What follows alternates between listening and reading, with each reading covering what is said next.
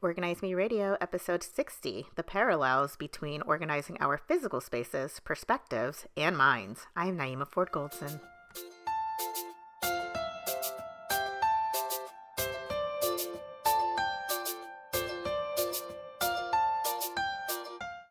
Hi, everyone. Welcome to Organize Me Radio. I'm Naeemah Ford-Goldson, and today's guest is the owner of Sandra Saltibus Coaching. Please welcome Sandra Saltibus Howard. Welcome, Sandra. Hi, thank you so much for having me. Sandra, thank you so much for being here. I'm so excited to have you on. We've known each other for several years, and I always enjoy our conversations. And I feel like a lot of times when I am hanging with you, you end up helping me with through life coaching, like maybe inadvertently, but I feel like you help me. Can you tell us a little bit about how you got started with coaching? I've worked in a lot of diverse environments with people from all socioeconomic groups across lifespans and provided the opportunity to achieve many things. However, I really longed for an opportunity to connect with people on deeper levels. And coaching kind of allows me to meaningfully partner with others and be an instrument of sustainable change. Helping people to learn more about themselves, as you mentioned in the introduction, and how to pivot with purpose and power, achieving holistic wellness and creating their desired outcomes. So, what were you doing before you decided to become a coach? Because, I find that a lot of us, we all have lives and we've all had careers. Sometimes we've had several careers before deciding to start a business. What were you doing prior to this? I've done a lot of things. I'm kind of a jack of all trades. I've held progressive level professional roles and worked closely with senior level executives in sales and marketing, media, financial services, nonprofits, government, um, and with physicians in healthcare, most recently before starting coaching in higher education. But off the clock, I also launched successful businesses, which is how I've come to know you. And I most recently worked in the beauty industry, helping women with tightly coiled hair to make peace with their hair in their lives. So, you're a certified professional coach. Mhm. Um, Tell me about that. What do you cover? How are you able to help people? I'm a certified life coach, a leadership coach, an integrative nutrition, health, and wellness coach, and a mental health literate. I work with individuals overwhelmed with juggling the daily demands of life, work, and wellness. And what I do is I guide them to breakthroughs by helping them develop insights, personalized strategies, and action steps that reduce stress, improve balance and holistic wellness, and help them achieve their goals. And what kind of sets me apart is my holistic approach to coaching that considers all aspects of well being, resulting in positive changes that nourish my clients on every level: mind, body, soul, and spirit, professionally and personally, emotionally. So then, what is a typical session like? And then how do people respond to the sessions? Like, do are there some people who don't like the advice that they're given, or they go down kicking and screaming and try to not do the work, or do they want the work just done for them? How does that work? Mm. What is that like? That's interesting that you say that, because we all have like ambitions that we want to achieve and hurdles we want to overcome, and times when we feel stuck. And coaching creates a supportive community. It helps us to understand ourselves better, charts a clear path toward desired improvement, and keeps us inspired while gaining momentum. I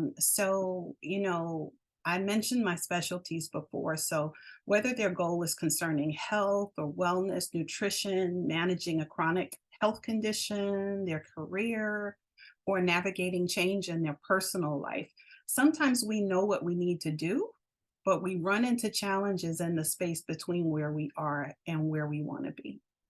We may know the what, but we don't know the how. So coaches work with clients in that space between where they are and where they want to be and help to highlight a path to the change that they want to make. But coaches differ from consultants, because consultants you hire to do work for you, to come in and tell you what it is that they need to do, what you need to do. So a consultant provides advice, but coaches don't provide advice. Coaches instead will draw out insights from within the client because, simply put, I provide clients with a process to audit their lives. I help them review and consider the totality of who they are, their mind, body, soul, spirit, personally, professionally, culturally, emotionally, physically, and help them to understand how all of these factors can affect their desire and ability to incorporate lasting changes. So we tap into motivation, perceived challenges, insights gained along the way, lessons learned, and adjustments to be made. And I guide them in developing a sustainable plan and action steps needed to make the choices and commitments that feel right for them. And that's the most important part about coaching, is that clients drive the process.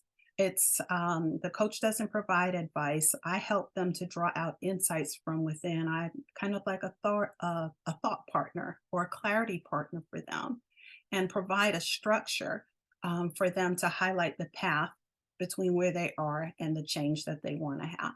And then, of course, you incorporate support and accountability to help them be successful in achieving their goals.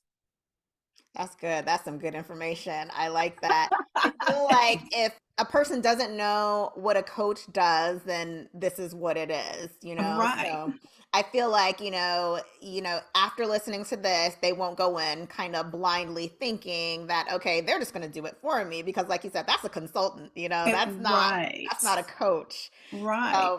I love that. We're here to help them do their work, not to do their work for them. We help to hold them accountable. And we keep them inspired along the way and help them to tap into their motivation when they're kind of lagging and having a hard time. Well, what can we learn? What did you learn about yourself? What would you like to do differently next time? But the client is always the driver behind the process. So, what are the parallels between organizing our physical spaces and organizing our perspectives and minds? Are they related? Yeah, they're 100% related. Um, we've all seen the organizing shows with someone who can't get another thing into their closet because it's stuffed to the max with clothing, right? Oh, yeah. A certified professional organizer like yourself might come into their space and change their perspective on their clothing and their space. They might engage them in a sorting activity to help them define or determine what to keep, toss, or donate. Help them to recognize and release what no longer serves them in order to make room for order and less chaos and more of what they want in their life. Likewise, with our mental space, we can go into the closets of our mind and bring order to our thoughts about change and what obstacles we perceive along the way. We can learn to recognize perspectives that we've been hanging on to, that we've outgrown or no longer serve us, and release them to make more room for more of what we want in our lives. With regard to sorting our mental spaces, it would be like identifying helpful and unhelpful beliefs. Keeping would be retaining empowering beliefs and perspectives. Tossing would be letting go of the negative self talk and the self limiting beliefs. And donating would be sharing positive experiences and lessons or insights with others. So, what is the relationship between mindset, behaviors, and outcomes? Mindsets drive behaviors and behaviors drive outcomes. If you picture an iceberg, there's a portion of it that appears above the water, but often the largest portion of it is submerged. The portion that appears above the water is what's visible to others, and that is our outcomes. Mm. Our behaviors would be right below the surface of the water. And undergirding that would be our mindset at the deepest level. So, in order for change to be sustainable, we have to start at the bottom. We must start with the mindset. This is where working with a skilled professional coach can help you recognize why you might not be gaining traction on your desired outcomes. So then, is our space shaped by our perspective? I believe so on some levels. There's something my father used to say, and it's something I've definitely decided to keep over the years. Um, your perspective becomes your reality. And I know personally, I might let my space go a little bit if I'm going through a very busy time. However, I cannot relax in a space that is cluttered. I believe in order. I believe and I can't relax in a space that doesn't feel ordered. So a cluttered space, I think, is often a symptom of a cluttered mind or life. It might be a time where you need to sit down and organize your thoughts and organize your space. So, are there any tools to help us cope? What can someone do to shift their mindset or their perspective? Is there Mhm. anything? Oh yeah, absolutely. Great question, Naima, because there are lots of things that we can do before we get to the point where we need to get additional support.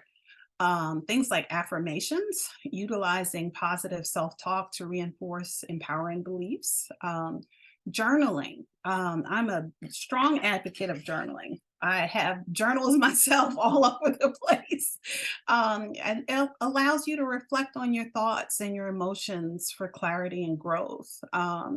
Things like meditation, cultivating mindfulness to declutter the mind, kind of sitting in silence. We often think of for meditation, but sometimes it's sitting at your desk and taking a 5 minute break and just focus on your breathing. That can help to calm the mind and to kind of help you to recenter yourself.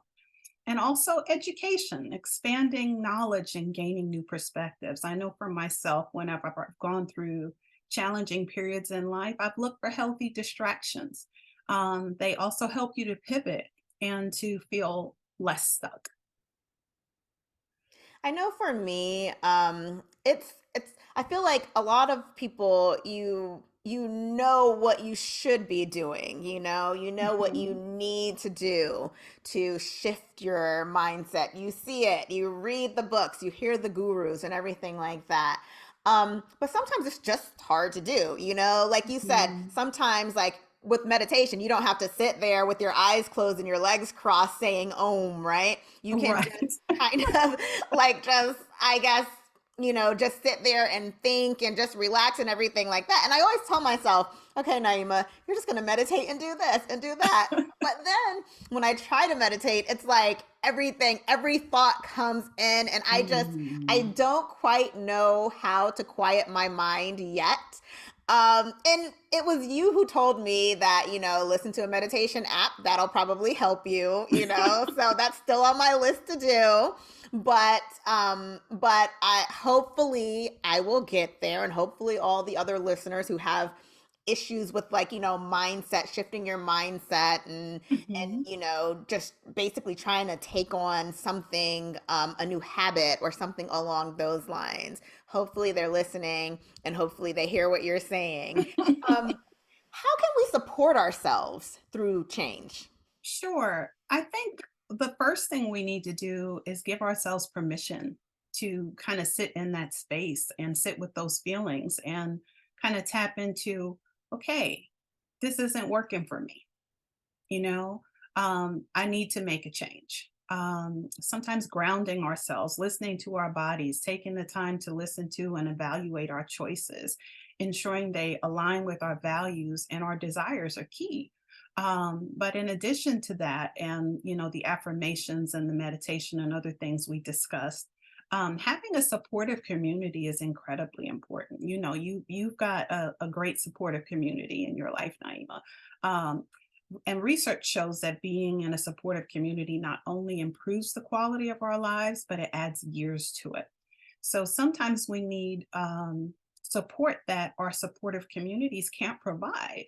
And this is when we may need to seek out coaching to help us gain traction on our desired change. Or sometimes there are more deeper issues there or concerns that we need to investigate. And that's when therapy might come in handy. This is good information. I feel like I have, new insights, and there's always something, there's always something. I'm always, continually trying to work on myself and become better, at the things that I do. So I appreciate that, and I really hope that this helps the people that are listening. I think I just want to share, sometimes the process of clearing mental space is it's not that technical or clinical. Sometimes it's just having productivity tools that really work for you, whether it's a journal or the notes function on your phone, Google Tasks, Google Calendar. All three of those tools are always at my fingertips and help me to stay organized. Now, I was going to ask you what are some of your favorite organizing or productivity products or tools, and you just named a few. Do you have any others? Not that come to mind right now. Just journaling. I love journaling. Journals are great. They I like to journal when I first thing when I get up in the morning. It kind of helps me to kind of determine my trajectory for the day. And I also like to journal before I go to sleep at night because it kind of helps me to clear the thoughts so that I can kind of wake up feeling refreshed. Okay, that is wonderful. So I always tell myself, "Oh, I'm going to journal. I'm going to journal." So I'll journal for like maybe like 2 days in a row, and then I don't journal again for like 3 months. But again, I'm a work in progress. Most of us are. I'm trying. So, can you tell me what is your greatest professional achievement? Sure. Honestly, I think that's yet to happen. I really believe that um, it's never too late to make that change that can change your life. To date, I would say my greatest achievement has been realizing my potential and helping others to do the same. Sandra, that is so good. Thank you so much for being here. Can you tell everyone how they can find out more information about you? Sure. You can find Sandra Saltibus Coaching on Instagram and Facebook by that name. And you can also find my website by that name also, www.sandrasaltibuscoaching.com. And Saltibus is spelled salt, I, bus, Saltibus. Thank you so much. Thank you all for joining us. Be sure to tune in next time for an all new episode.